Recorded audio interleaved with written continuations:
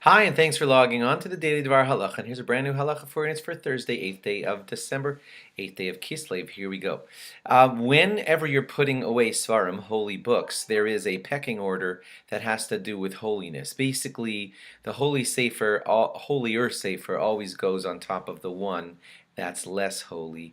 Otherwise, you're dishonoring a Sefer when something less holy than itself is on top of it. Let's give examples that'll make it clear. A chumash, if you're making a pile of Svarim, the chumash goes on top of the other books that have Nevi'im and Ksuvim in them. The chumash is the first part of the Bible, that goes on top, and then Nevi'im and Ksuvim, the second and third parts, kind of sort of the Bible, they go underneath, not vice versa. You do not put a nach on top of a chumash. If you're stacking Nevi'im and Ksuvim, those can be put each one on each other, vice versa. That's all totally okay because they're kind of equal in that regard.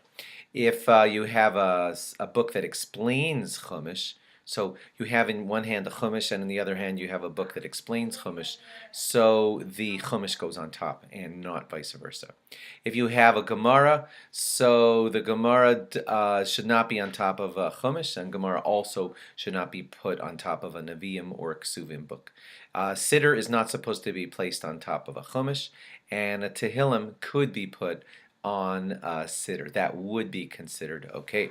A siddur that has sentences in it straight out of the Torah could go on top of a Gemara. That's a quote from Rav Kanievsky, that a siddur could be put on top of a siddur with psukim in it, with Jewish sentences from the Torah in it, could be put on top of a Gemara.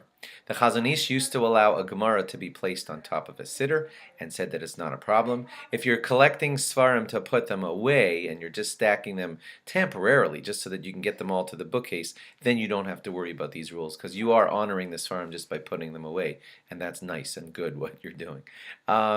If you're collecting, just did that one, sorry, and a Sefer that's written in Hebrew and English, compared to right next to it a Sefer that's written in Hebrew only. So you might have thought, well, I guess the one that's in Hebrew only is holier. Nope, it's not. They're both treated, if they're both chumash, then they're both considered of equal holiness, and either one could be on top of either one, even though one of them has some English printed inside of it. They're both considered a chumash, both as holy as each other. Thanks for logging on. Log on again tomorrow for more. Bye-bye.